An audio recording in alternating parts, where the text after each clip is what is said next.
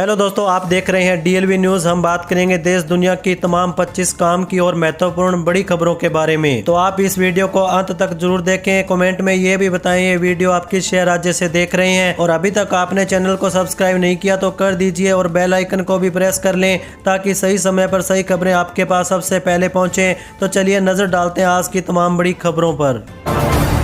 देखिए, पहली सबसे बड़ी खबर 1 जनवरी 2026 से कई नए नियम लागू हुए जो आम लोगों को प्रभावित करेंगे। इनमें 8वें वेतन आयोग का लागू होना शामिल हुआ, जिसमें 50 लाख कर्मचारियों और 69 लाख पेंशन भोगियों को लाभ मिला। कमर्शियल एलपीजी सिलेंडर महंगे हुए जबकि सीएनजी पीएनजी सस्ती हुई। क्रेडिट स्कोर अब 7 दिन में अपडेट होगा। निष्क्रिय पैन कार्ड और पीएम किसान योजना के लिए किसान आईडी कार्ड भी नए बदलावों में शामिल है। वहीं अगली बड़ी खबर देखिए, national highway authority of India ने 1 फरवरी 2026 से नई कारों, जीपों और वैन के लिए फास्टैग की अनिवार्य प्रक्रिया को बंद करने का निर्णय लिया। इसका उद्देश्य सड़क उपयोगकर्ताओं की सुविधा बढ़ाना और एक्टिवेशन के बाद होने वाली परेशानियों को खत्म करना होगा। अब फास्टैग का एक्टिवेशन वाहन डेटाबेस से वाहन विवरण सत्यापित होने के बाद ही होगा, जिससे लाखों लोगों को राहत मिलेगी। मौजूदा फास्टैग के लिए केवल विशेष शिकायतों पर ही आवश्यक होगा। वहीं दोस्तों देखिए, अखिलेश यादव ने इंदौर में दूषित पानी से हुई मौतों पर केंद्र और मध्य प्रदेश सरकार को घेरा। उन्होंने इसे सरकार की लापरवाही का उदाहरण बताया। अखिलेश यादव ने गंगा यमुना की सफाई के वादों पर सवाल उठाते हुए कहा कि विकसित भारत के दावों के बावजूद लोग गंदा पानी पीने से मर रहे हैं। उन्होंने पश्चिम बंगाल में तृणमूल कांग्रेस की जीत का भी दावा किया। चलिए आगे बढ़ते हैं अपन खबरों में। देखिए, मुख्यमंत्री नीतीश कुमार ने बिहार सरकार के कैलेंडर का लोकार्पण किया, जिसके हर पन्ने पर राज्य के विकास की तस्वीर है। इसमें 7 निश्चय 3 औद्योगिक विकास, शिक्षा, रोजगार सृजन, महिला सशक्तिकरण, ग्रामीण विकास और मखाना जैसे प्रमुख क्षेत्रों में हुई प्रगति को दर्शाया गया। यह कैलेंडर बिहार की उपलब्धियों और भविष्य की योजनाओं को उजागर करता है। वहीं देखिए दोस्तों, पीआरडीए ने एनपीएस में बड़े सुधारों की घोषणा की, जिससे वह अनुसूचित बैंक स्वतंत्र रूप से पेंशन फंड स्थापित कर परिसंपत्तियों का प्रबंधन कर सकेंगे। इसका उद्देश्य प्रतिस्पर्धा बढ़ाना, ग्राहकों को बेहतर रिटर्न और वृद्धावस्था में मजबूत आय सुरक्षा प्रदान करना होगा। नए नियमों में पात्रता मानदंड, एनपीएस ट्रस्ट बोर्ड में नई नियुक्तियां और 1 अप्रैल 2026 से निवेश प्रबंधन शुल्क की नई स्लैब आधारित व्यवस्था शामिल होंगी, जिससे गैर सरकारी ग्राहकों के लिए शुल्क कम होगा। चलिए अगली बड़ी खबर देखिए, रांची 2026 में रेल, मेट्रो, शिक्षा, स्वास्थ्य और सड़क जैसे प्रमुख क्षेत्रों में क्रांतिकारी बदलाव देखने को मिलेगा। नई ट्रेनें लखनऊ, जयपुर और अहमदाबाद से कनेक्टिविटी बढ़ाएंगी। मेट्रो परियोजना शहर को आधुनिक परिवर्तन भी देगी। आईआईटी की स्थापना और नेतरहाट में लड़कियों का प्रवेश शिक्षा को मजबूत करेगा। कांके में रिम्स 2 और सदर अस्पताल में बोन मेरो यूनिट स्वास्थ्य सेवाओं में भी सुधार लाई जाएगी। आउटर रिंग रोड और फ्लाईओवर यातायात जाम से मुक्ति दिलाएगा, जिससे राज्य की अर्थव्यवस्था को गति मिलेगी। वहीं दोस्तों देखिए, नेशनल मेडिकल कमीशन ने बिहार के सभी सरकारी मेडिकल कॉलेज अस्पतालों में डॉक्टरों के लिए निर्देश जारी किए। अब मरीजों के पर्चे पर दवाओं के नाम स्पष्ट पढ़ने योग्य और कैपिटल अक्षरों में लिखने होंगे। साथ ही केवल जेनेरिक दवाएं ही लिखी जाएगी। यह कदम मरीजों की सुविधा और दवा संबंधी भ्रम को खत्म करने के लिए उठाया गया है। चलिए अगली बड़ी खबर देखिए, उत्तर प्रदेश की डेटा सेंटर नीति ने डिजिटल इंडिया के विजन में प्रदेश को अग्रणी बनाया। जनवरी 2021 में अधिसूचित नीति ने शुरुआती लक्ष्य समय से पहले हासिल किए। अब संशोधित नीति के तहत 30,000 करोड़ के निवेश से 900 मेगावाट क्षमता और 8 डेटा सेंटर पार्क स्थापित करने का लक्ष्य रखा गया। अब तक 21,343 करोड़ के निवेश को स्वीकृति मिल चुकी है और 7 परियोजनाएं जिसमें संचालित है। ग्लोबल इन्वेस्टर समिट में 1 करोड़ 36 लाख के MU हुए। वहीं देखिए, हरियाणा सरकार ने पंडित दीनदयाल उपाध्याय लाडो लक्ष्मी योजना में महत्वपूर्ण बदलाव किया। अब 1.80 लाख रुपए तक वार्षिक आय वाली माताओं को भी 2100 रुपये मासिक मिलेंगे, जिनके बच्चे 10वीं 12वीं में 80% से अधिक अंक लाते हैं या कुपोषण से उबरते हैं। 2100 रुपये में से 1100 रुपये सीधे मिलेंगे, जबकि 1000 रुपये भविष्य के लिए जमा किए जाएंगे। यह लाभ अधिकतम 3 बच्चों के लिए 3 साल तक मिलेगा। चलिए आगे बढ़ते हैं अपन खबरों में। देखिए, दिल्ली में फरवरी में होने वाले AI इम्पैक्ट समिट 2026 के लिए लोकपर्यटन विभाग सड़कों को बेहतर बनाएगा। प्रधानमंत्री मोदी इस समिट का उद्घाटन करेंगे, जिसमें 100 से अधिक ग्लोबल CEO और 15 देशों के राष्ट्राध्यक्ष शामिल होंगे। मुख्य सचिव ने G20 से भी बेहतर तैयारी के निर्देश दिए। खासकर IGI हवाई अड्डा, भारत मंडपम और प्रमुख पर्यटन स्थलों के आसपास की सड़कों पर होगा। वहीं दोस्तों देखिए, पुणे नगर निगम चुनाव में महायुति गठबंधन में उम्मीदवारों के चयन को लेकर कलह सामने आई है। भाजपा नेता मुरलीधर मोहोल ने उप मुख्यमंत्री अजित पवार की एनसीपी पर आपराधिक पृष्ठभूमि वाले व्यक्तियों को टिकट देने का आरोप लगाया। मोहोल ने कहा कि अजित पवार एक और अपराध खत्म करने की बात करते हैं, वहीं दूसरी ओर उनकी पार्टी ऐसे उम्मीदवारों को जगह दे रही है। वहीं देखिए, बलूचिस्तान के नेता मीर यार बलूच ने भारत का समर्थन करते हुए विदेश मंत्री एस जयशंकर को पत्र लिखा। उन्होंने पाकिस्तान और चीन के खतरनाक गठजोड़ का खुलासा भी किया, जिसमें चीन द्वारा पाकिस्तान में सेना तैनात करने की संभावना भी है। बलूच नेता ने बलूचिस्तान में 79 सालों से जारी मानवाधिकार उल्लंघन और आतंकवाद का जिक्र करते हुए इसे जड़ से खत्म करने की भी अपील की, ताकि क्षेत्र में शांति और सहप्रभुता स्थापित हो सके। चलिए अगली बड़ी खबर देखिए। इंदौर के भागीरथपुरा में दूषित पानी से बीमार होने वाले मरीजों की संख्या लगातार बढ़ती जा रही है। गुरुवार को 338 नए मरीज पाए गए, जबकि 32 अभी भी आईसीयू में भर्ती है। अब तक लगभग 250 लोग इससे प्रभावित हो चुके हैं। स्वास्थ्य विभाग की 21 टीमें घर घर जाकर लोगों को उबला पानी पीने और बाहर का खाना न खाने की सलाह दे रही है। वहीं दोस्तों देखिए, भुवनेश्वर में नए साल के जश्न के दौरान शराब की बिक्री ने सारे रिकॉर्ड तोड़ दिए। क्रिसमस से 31 दिसंबर तक एक सप्ताह में कुल 32.55 करोड़ रुपए की शराब बिकी। इसमें विदेशी शराब, बियर और देसी शराब शामिल थी। आबकारी विभाग के अनुसार लोगों ने नए साल के स्वागत के लिए जमकर शराब खरीदी, जिससे राजधानी में रिकॉर्ड कारोबार दर्ज हुआ। चलिए आगे बढ़ते हैं अपन खबरों में। देखिए, कानपुर से माघ मेला जाने वाले श्रद्धालुओं के लिए 3 जनवरी से परिवहन निगम 270 बसें चलाएगा। मेजर सलमान अंतर्राज्यीय बस अड्डे से हर 5-10 मिनट पर बसें उपलब्ध होंगी, जो 24 घंटे सेवा देंगी। 9 इलेक्ट्रिक बसें पहले ही प्रयागराज भेजी जा चुकी हैं। यात्रियों को संगम क्षेत्र तक पहुंचाने के लिए 50 विशेष शटल बसें भी चलेंगी, जिससे बुजुर्गों और बच्चों को सुविधा मिलेगी। इसका कोई अतिरिक्त किराया भी आपको नहीं देना होगा। वहीं देखिए दोस्तों, दिल्ली एनसीआर में नए साल के शुरुआती दिनों में भी वायु गुणवत्ता बहुत खराब श्रेणी में बना हुआ है। साल के पहले दिन औसत दिल्ली AQI 380 दर्ज किया गया। प्रदूषण के साथ साथ कड़ाके की ठंड भी जारी रही। शुक्रवार को भी लोगों को प्रदूषण और ठंड दोनों से राहत नहीं मिली। चलिए अगली बड़ी खबर देखिए। मुख्य न्यायाधीश जस्टिस सूर्यकांत अपने पहले आधिकारिक दौरे पर पटना पहुंचे। वे 3 जनवरी को पटना हाई कोर्ट परिसर में ADR भवन, ऑडिटोरियम, मल्टी लेवल पार्किंग सहित कई महत्वपूर्ण आधारभूत संरचनाओं की आधारशिला रखेंगे। साथ ही ECR न्याय प्लेटफॉर्म का उद्घाटन करेंगे। जस्टिस सूर्यकांत गया में न्यायाधीशों के गेस्ट हाउस का भी उद्घाटन करने वाले हैं और बिहार जुडिशियल अकादमी के नए परिसर के लिए भूमि पूजन में भी भाग लेंगे। वे चाणक्य नेशनल लॉ यूनिवर्सिटी के दीक्षांत समारोह में मुख्य अतिथि होंगे।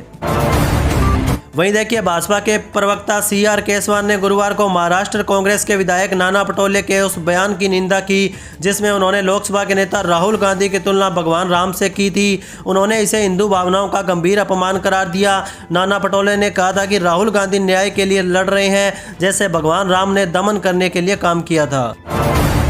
चलिए अगली बड़ी खबर देखिए। मुख्यमंत्री योगी आदित्यनाथ ने लखनऊ में अयोध्या कैलेंडर का अनावरण किया। उन्होंने इस कैलेंडर को अयोध्या की सांस्कृतिक, आध्यात्मिक और ऐतिहासिक विरासत का प्रतीक बताया। मुख्यमंत्री ने कहा कि यह कैलेंडर भारत की गौरवशाली परंपरा और सांस्कृतिक चेतना के केंद्र अयोध्या की पहचान को सुदृढ़ करेगा। इसमें राजेश कुमार सिंह के आकर्षक छाया चित्र भी थे, जो अयोध्या की दिव्यता, धार्मिक आस्था और स्थापत्य सौंदर्य को दर्शाते हैं। यह पर्यटन को भी बढ़ावा देगा। वहीं दोस्तों देखिए, मुख्यमंत्री रेखा गुप्ता ने दिल्ली को विकसित राजधानी बनाने के लिए अधिकारियों को योजना बनाने का निर्देश दिया। नए साल पर हुई बैठक में उन्होंने विकास कार्यों पर भी चर्चा की। सीएम ने दिल्ली मेट्रो और इंदौर स्वच्छता मॉडल जैसे सफल प्रयासों से प्रेरणा लेने को कहा। उन्होंने जनहितैषी योजनाओं पर भी जोर देते हुए कूड़े के पहाड़, टूटी सड़कें और ड्रेनेज जैसी समस्याओं के त्वरित समाधान का आह्वान किया। चलिए अगली बड़ी खबर देखिए। पटना में डीएम के निर्देश पर शुक्रवार से अतिक्रमण हटाओ अभियान चलेगा। 31 जनवरी तक चलने वाले इस विशेष अभियान में अस्थायी अतिक्रमण पर 5,000 और स्थायी पर 20,000 रुपए का जुर्माना लगेगा। 9 टीमें इसमें गठित की गई है, जो नगर निगम के 6 अंचलों सहित खगोल, फुलरीवारी शरीफ व दानापुर में कार्रवाई करेंगी। सड़कों, फुटपाथों और अतिक्रमण कर पौधारोपण व सुंदरीकरण किया जाएगा।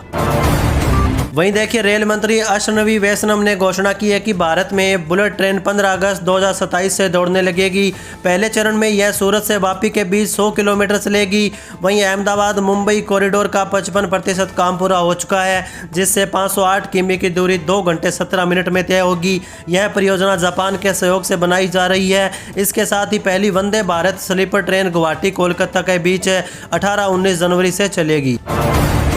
चलिए अगली बड़ी खबर देखिए। रक्षा मंत्री राजनाथ सिंह ने DRDO के 68वें स्थापना दिवस पर ऑपरेशन सिंदूर में उसके विकसित हथियारों की निर्णायक भूमिका की सराहना की। उन्होंने कहा कि DRDO ने भारत की स्वदेशी क्षमताओं को मजबूत किया। राजनाथ सिंह ने मिशन सुदर्शन चक्र में भी DRDO की अहम भूमिका पर भी जोर दिया, जिसका लक्ष्य महत्वपूर्ण प्रतिष्ठानों के लिए पूर्ण हवाई सुरक्षा सुनिश्चित करना होगा। उन्होंने वैज्ञानिकों के प्रयासों की भी प्रशंसा की। वहीं अगली खबर देखिए। केंद्र सरकार से मिलने वाले 6,000 रुपए के अलावा राजस्थान सरकार से भी हर साल 3,000 रुपए आप पा सकते हैं। जी हां, किसानों के लिए आर्थिक उत्थान के लिए राजस्थान सरकार भी अपना संभव योगदान दे रही है। इसी के तहत मुख्यमंत्री किसान सम्मान निधि योजना की शुरुआत हो चुकी है। इस योजना के तहत जिन किसानों को PM किसान सम्मान निधि योजना का लाभ मिल रहा है, उन्हें सरकार की ओर से अलग से मदद भी मिलेगी। इसका मतलब हुआ कि साल में 3 बार PM किसान सम्मान निधि योजना के 2-2 हज़ार रुपये तो मिलेंगे ही, साथ में CM किसान सम्मान निधि योजना के तहत 1-1 हज़ार रुपये भी आपको मिलेंगे। मतलब राजस्थान के किसानों को हर साल 9,000 रुपये मिलेंगे। यही नहीं, राजस्थान सरकार से मिलने वाली 3,000 रुपये को बढ़ाकर 6,000 रुपये की तैयारी भी चल रही है। चलिए आगे बढ़ते हैं अपन खबरों में। देखिए कर्नाटक में राहुल गांधी के वोट चोरी कैंपेन को तगड़ा झटका लगा। कर्नाटक की कांग्रेस सरकार की ओर से कराए गए सर्वेक्षण में 91% लोगों ने माना कि देश और राज्य में चुनाव स्वतंत्र और निष्पक्ष हो रहे हैं। सर्वे के इस नतीजे से बीजेपी ने कांग्रेस पर हमला किया। बीजेपी नेता R अशोक ने X पर लिखा कि यह सर्वे कांग्रेस के मुंह पर तमाचा है। बीजेपी प्रवक्ता शहजाद पूनावाला ने राहुल गांधी को LOP यानी लीडर ऑफ प्रोपेगेंडा बताया। वहीं देखिए मुख्यमंत्री नायब सिंह सैनी ने नए साल 2026 के पहले दिन श्रम विभाग में उजागर 1500 करोड़ रुपए की अनियमितताओं पर सख्त कार्रवाई की। उनके आदेश पर एक उच्च स्तरीय जांच समिति गठित की गई, जिसकी अध्यक्षता में IAS पंकज अग्रवाल कर रहे थे। समिति में IAS राजीव रतन और IPS पंकज नैन भी शामिल थे। यह समिति 1 माह के भीतर अपनी रिपोर्ट सौंपेगी। वहीं अगली बड़ी खबर देखिए। झारखंड भाजपा 5 से 8 जनवरी तक नगर निकायों का घेराव करेगी। यह प्रदर्शन जल्द चुनाव कराने और अफसरशाही व भ्रष्टाचार के खिलाफ सरकार पर दबाव बनाने के लिए होगा। प्रदेश कार्यकारी अध्यक्ष आदित्य साहू ने बताया कि कार्यकर्ता राज्यपाल को ज्ञापन सौंपेंगे। 8 जनवरी से भाजपा जी राम जी योजना का प्रचार भी मंडल स्तर पर करेगी। जिलाध्यक्षों की सूची भी जल्द जारी होगी। चलिए आगे बढ़ते हैं अपन खबरों में। देखिए दूरसंचार विभाग ने 30 दिसंबर 2025 को राष्ट्रीय फ्रीक्वेंसी एलोकेशन प्लान 2025 लागू किया, जिसका उद्देश्य डिजिटल कनेक्टिविटी को मजबूत करना और भविष्य की 6G तकनीक का मार्ग प्रशस्त होगा। पहली बार बैंड को IMT के लिए चिन्हित किया गया, जिससे मौजूदा 5G और आगामी 6G सेवाओं को कम लागत पर उच्च गति मिलेगी। यह कदम धीमी 5G शिकायतों को दूर करेगा और वैश्विक निर्माताओं को संकेत देगा, जिसका CEO ने स्वागत किया। वहीं दोस्तों देखिए उत्तर प्रदेश में कृषि आजीविका सखियां पारंपरिक खेती को आधुनिक और वैज्ञानिक तरीकों से बदल रही है। 26,373 महिलाएं 75 जिलों में किसानों को मिट्टी जांच, जैविक खाद और प्राकृतिक कीट नियंत्रण सिखा रही है। यह पहल महिला सशक्तिकरण और कृषि सुधार को संगम करेगा, जो पशुपालन को भी बढ़ावा देकर किसानों की आय बढ़ाने में मदद कर रही है। यह योगी सरकार की गाँवों को आर्थिक रूप से सशक्त बनाने की दिशा में एक महत्वपूर्ण कदम है। वहीं अगली बड़ी खबर देखिए। बसपा सुप्रीमो मायावती ने नए साल पर सरकार को नफरती हिंसा करने वालों के खिलाफ बिना पक्षपात सख्त कार्रवाई करने की नसीहत दी। उन्होंने कहा कि देश में नफरती तनाव व हिंसा का माहौल खत्म होना चाहिए। बसपा सुप्रीमो ने केंद्र व राज्य सरकारों से अनेकता में एकता और सर्वधर्म समभाव के सिद्धांतों पर काम करने का आग्रह किया। साथ ही बहुजन समाज में निवेश की नीति बनाने पर भी जोर दिया। वहीं देखिए सीतापुर में एक दरिंदे चाचा ने अपनी 10 वर्षीय बच्ची के साथ दुष्कर्म किया, जिससे उसकी तबीयत बिगड़ गई और उसे सामुदायिक स्वास्थ्य केंद्र में भर्ती कराया गया। पुलिस ने त्वरित कार्रवाई करते हुए आरोपी को गिरफ्तार कर लिया है। घटना तब हुई जब भतीजी आटा देने आरोपी के घर गई थी। मां की शिकायत पर पुलिस ने पोक्सो एक्ट के तहत मामला दर्ज किया। वहीं दोस्तों देखिए अगली बड़ी खबर। भाजपा के अध्यक्ष JP नड्डा ने कांग्रेस अध्यक्ष मल्लिकार्जुन खड़गे पर मोदी सरकार के खिलाफ झूठ फैलाने का आरोप लगाया और कहा कि यह आश्चर्यजनक है कि मुख्य विपक्षी पार्टी झूठ फैलाने से बाज नहीं आ रही है, जबकि लोग इसे एक के बाद एक चुनावों में नकार चुके हैं। चलिए आगे बढ़ते हैं अपन खबरों में। देखिए, भारतीय रेलवे ने यात्रियों को नए साल का तोहफा दिया। अब रेलवन ऐप से अनारक्षित टिकट बुक करने पर किराए में 3% की छूट मिलेगी। यह योजना 14 फरवरी 2026 से 14 जुलाई 2026 तक पायलट प्रोजेक्ट के तौर पर लागू होगी। UPI debit card, credit card से भुगतान पर आपको छूट मिलेगी, जबकि आर वॉलेट पर मौजूदा कैशबैक जारी भी रहेगा। इससे डिजिटल इंडिया को बढ़ावा मिलेगा और लंबी कतारें भी कम होंगी। वहीं देखिए, ऑस्ट्रेलिया के बाद अब फ्रांस में बच्चे नहीं चला पाएंगे फेसबुक और इंस्टाग्राम। सोशल मीडिया पर रोक की तैयारी है। फ्रांस में 15 वर्ष से कम उम्र के बच्चों के लिए इंटरनेट मीडिया के प्रयोग पर रोक लगाने की तैयारी चल रही है। फ्रांसीसी सरकार सितंबर 2026 से इन बच्चों के लिए इंटरनेट मीडिया साइटों के उपयोग पर प्रतिबंध लगाने और हाई स्कूल में मोबाइल फ़ोन के उपयोग पर रोक लगाने की योजना बना रही है। वहीं अगली बड़ी खबर देखिए, दिल्ली में 1100 आयुष्मान आरोग्य केंद्र खोले जाएंगे, जिनमें 400 एमसीडी परिसरों में होंगे। मार्च तक एमसीडी 250 केंद्र खोलेगी, खासकर खाली पड़े स्कूलों और सामुदायिक केंद्रों में, ताकि लोगों को घर के पास इलाज मिल सके। दिल्ली सरकार प्रति केंद्र 25 लाख की सहायता दे रही है। ये केंद्र प्राथमिक स्वास्थ्य ढांचे को मजबूत करेंगे और 12 निःशुल्क स्वास्थ्य जाँच और परामर्श सेवाएं प्रदान करेंगे। वहीं देखिए, दिल्ली की मुख्यमंत्री रेखा गुप्ता ने नए साल पर संदेश में कहा कि प्रदूषण नियंत्रण और विकास कार्यों को गति दी जाएगी। उन्होंने बताया कि 2026 तक कूड़े के पहाड़ खत्म होंगे और कई आधारभूत ढांचा परियोजनाओं को मंजूरी मिली। निजी स्कूलों की मनमानी पर रोक लगेगी। आयुष्मान भारत और अटल कैंटीन जैसी योजनाओं से लोगों को राहत भी मिलेगी। सरकार दिल्ली विकास के लिए प्रतिबद्ध रहेगी। चलिए अगली बड़ी खबर देखिए, मुख्यमंत्री मोहन चारण मांझी ने बरगढ़ धनु यात्रा के दौरान 1362 करोड़ रुपए की 123 विकास परियोजनाओं का उद्घाटन शिलान्यास किया। उन्होंने 380 करोड़ रुपए की 4 नई परियोजनाओं की घोषणा भी की, जिनमें सीवेज प्लांट और अटल बस स्टैंड शामिल है। मांझी ने सामाजिक योजनाओं और धनु यात्रा अनुदान में वृद्धि का भी उल्लेख किया, साथ ही भ्रष्टाचार के खिलाफ चेतावनी दी। वहीं दोस्तों देखिए, जिले के माध्यमिक और उच्च माध्यमिक स्कूलों के छात्रों को अप्रैल 2026 से मुफ्त ऑनलाइन कोचिंग मिलेगी। बिहार शिक्षा परियोजना परिषद 9वीं से 12वीं कक्षा के विद्यार्थियों को इंजीनियरिंग, मेडिकल, रेलवे, एसएससी जैसी प्रतियोगी परीक्षाओं की तैयारी कराएगा। आईआईटी कानपुर जैसे संस्थानों के सहयोग से स्मार्ट क्लास और वाईफाई युक्त स्कूलों में यह सुविधा प्रदान की जाएगी, जिससे छात्रों को बेहतर अवसर मिलेगा।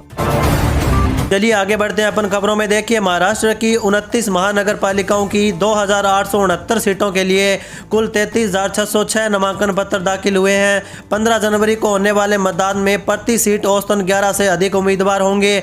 मुंबई की बीएमसी में 227 सीटों के लिए 2516 नामांकन दर्ज हुए, जिसका राजनीतिक महत्व बढ़ चुका है। पुणे, नागपुर और नासिक सहित अन्य शहरों में भी बड़ी संख्या में नामांकन हुए। वहीं अगली खबर देखिए, बांग्लादेश की अंतरिम सरकार में उथल पुथल लगातार जारी है। फरवरी 2026 के चुनावों से पहले स्वास्थ्य मंत्रालय के मुख्य सलाहकार के विशेष सहायक प्रोफेसर डॉक्टर मोहम्मद सैदुर रहमान ने इस्तीफा दे दिया। यह यूनुस प्रशासन में बढ़ती अस्थिरता का संकेत भी है। खासकर गृह मंत्रालय के एक अन्य सलाहकार के इस्तीफे के बाद सरकार पर निष्पक्ष चुनाव कराने का दबाव बढ़ चुका है, जबकि अवामी लीग पर प्रतिबंध जैसे मुद्दे विवादास्पद हो सकते हैं। वहीं दोस्तों देखिए, चुनाव आयोग ने पश्चिम बंगाल में तृणमूल कांग्रेस को चुनावी अधिकारियों को धमकाने के खिलाफ कड़ी चेतावनी दी। आयोग ने कहा कि बीएलओ और ईआरओ को धमकाने बर्दाश्त नहीं किया जाएगा और दोषियों पर सख्त कार्रवाई होगी। आयोग ने बंगाल सरकार को बीएलओ का बढ़ा हुआ मानदेय तुरंत जारी करने का निर्देश भी दिया। साथ ही टीएमसी से कानून का पालन करने और मतदान प्रक्रिया में सहयोग करने की अपील की। चलिए अगली बड़ी खबर देखिए, अखिलेश यादव ने भाजपा सरकार पर गुंडों माफियों को संरक्षण देने का आरोप लगाया। उन्होंने कहा कि सत्ता के संरक्षण में गुंडे कानून व्यवस्था और पुलिस पर भारी पड़ रहे हैं। पूरे देश दुनिया में उत्तर प्रदेश की छवि को बर्बाद किया जा रहा है। प्रदेश में घूमकर कहीं हथियार बांट रहे हैं, कहीं पर्यटकों के साथ मारपीट हो रही है, तो कहीं बहन बेटियों को प्रताड़ित कर रहे हैं।